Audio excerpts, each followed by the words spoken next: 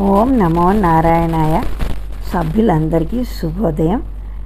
మనం భాగవతం నిన్న మొదటి అధ్యాయం కొంత తెలుసుకున్నాము.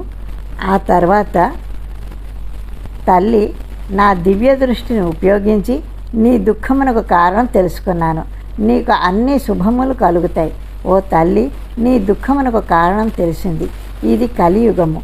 కలియుగంలో సదాచారము, యోగము, తపస్సు మొదలగునవి అన్నీ నశించిపోయాయి. మానవులు ఒకరిని ఒకరు మోసం చేసుకుంటున్నారు, కపట బుద్ధితో ఉన్నారు. మంచివారికి స్థానం లేదు, దుర్మార్గులు సుఖపడుతున్నారు. బుద్ధిమంతుడే ధైర్యంగా ఉంటున్నాడు, అతడే జ్ఞాని. భూభారము క్రమక్రమంగా పెరిగిపోతూ ఉంది, శుభములు అస్సలు కనబడటం లేదు. నీ కుమారులు కూడా దుర్బలులు అయ్యారు, నీ గురించి పట్టించుకోవటం లేదు. మానవులందరూ విషయ వాంఛలతో గుడ్డివాళ్ళు అయ్యారు, నీ గురించి ఎవ్వరూ తలుచుకోవటం లేదు. ఆ కారణం చేత నీవు దినదినము క్షీణించిపోతున్నావు. ఈ బృందావనంలో శ్రీకృష్ణుడు సంచరించాడు. ఆ కారణం చేత నీవు ఈ బృందావనంలో ప్రవేశించగానే నీకు పూర్వపు యవ్వనము, జవసత్వములు వచ్చాయి. నీ రాకతో ఈ బృందావనంలో భక్తి ప్రమత్తులు వృద్ధి చెందాయి. నీవు ఇక్కడ ఉండటం వలన ఈ బృందావనమే ధన్యం అయింది. మానవులలో భక్తి పెరుగుతూ ఉందే కానీ జ్ఞానము, వైరాగ్యము పెరగటం లేదు. అందుకే నీ కుమారులు ఈ ప్రకారంగా వృద్ధాప్యంతో బాధపడుతున్నారు. కానీ వీరు నీతో పాటు ఈ బృందావనంలో ప్రవేశించడం వలన వీరి మనస్సుకు కొంచెం శాంతి కలిగింది, అందుకే సుఖంగా నిద్రపోతున్నారు అని అన్నాడు. అప్పుడు భక్తి అనే ఆ స్త్రీ ఇలా పలికింది, దేవ, పరీక్షిత్ మహారాజు కలిని ఈ లోకంలో ఎందుకు ఉండనిచ్చాడు? ఈ కలియుగం ప్రవేశంతో మానవ లోకం సర్వనాశనం అయింది.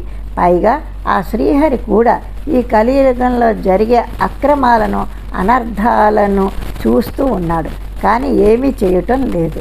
దీనికి కారణం ఏమిటో నీవే చెప్పాలి అని అడిగింది భక్తి. దానికి నారదుడు ఈ విధంగా సమాధానం చెప్పాడు. తల్లి, ఎప్పుడైతే శ్రీకృష్ణుడు ద్వారకను వదిలిపెట్టి వైకుంఠమునకు వెళ్ళిపోయాడో అప్పుడే కలియుగం ప్రవేశించింది.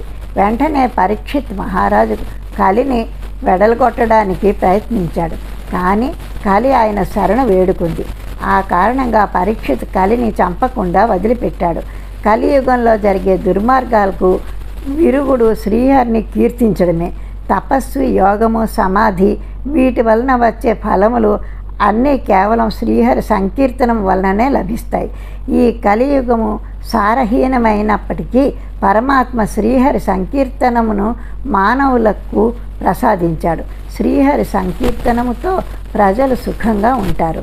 కానీ ఈ మానవులు అందరూ చెడు కర్మలు చేస్తున్నారు, ప్రాపంచిక సుఖముల కొరకు పాకులాడుతున్నారు. ఈ భూమి మీద ప్రతి వస్తువు సారమును కోల్పోయింది.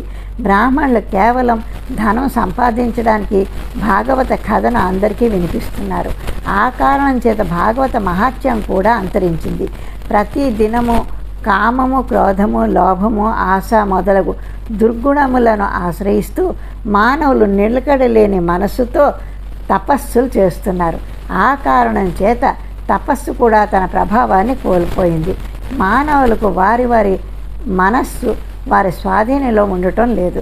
ఎంత ధనం ఉన్నా లోభత్వము వాళ్ళని వదలటం లేదు, వారు దాంభికమును వదలటం లేదు, ఎవరు శాస్త్రములను చదవటం లేదు, ధ్యానం చేయటం లేదు. ఆ కారణం చేత ధ్యాన యోగ మహిమ కూడా అంతరించింది. పండితులు, జ్ఞానులు అని పిలువబడే వారు కూడా కేవలం శారీరక సుఖమును ఆశించి పశువుల మాదిరి ప్రతిదినము తమ తమ భార్యలతో రతికేడిలో మునిగి తేలుతున్నారు. దాని మూలంగా సంతానము అపరిమితంగా వృద్ధి చెందుతూ ఉంది. కామ వాంఛలు తీర్చుకోవడంలో ఉన్న సామర్థ్యం మానవులు మోక్షం సాధించడంలో చూపటం లేదు. దీనికి ఒకరిని నిందించి ప్రయోజనం లేదు. ఈ కలియుగ ప్రభావమే అంత. అందరూ కలి ప్రభావానికి లోబడి ప్రవర్తిస్తున్నారు. ఆ కారణం చేతనే పరమాత్మ కూడా చూస్తూ ఊరుకున్నాడు అని నారదుడు అన్నాడు. ఆ మాటలకు భక్తి ఆశ్చర్యపడింది. నారదునితో ఇలా అంది, మహాత్మా, నా అదృష్టవశాత్తు తమరి దర్శన భాగ్యం నాకు లభించింది. తమరి ఉపదేశంతోనే కదా ప్రహ్లాదుడు ఈ మాయను జయించి శ్రీహరి కరుణను పొందాడు. బాలుడైన ధ్రువుడు కూడా తమరి ఉపదేశంతోనే కొలది కాలంలోనే శ్రీహరి దర్శన భాగ్యాన్ని పొందాడు. బ్రహ్మ మానసపుత్రువైన నీకు నమస్కారము అని భక్తి నారదునికి నమస్కరించింది అని సూత పౌరాణికుడు శౌనకాది మహామునులకు భాగవత మహాత్మ్యమును వివరించాడు. పద్మపురాణం ఉత్తరఖండం భాగవత మహాత్మ్యం మొదటి అధ్యాయం సంపూర్ణం. ఓం తత్సత్, ఓం తత్సత్, ఓం తత్సత్.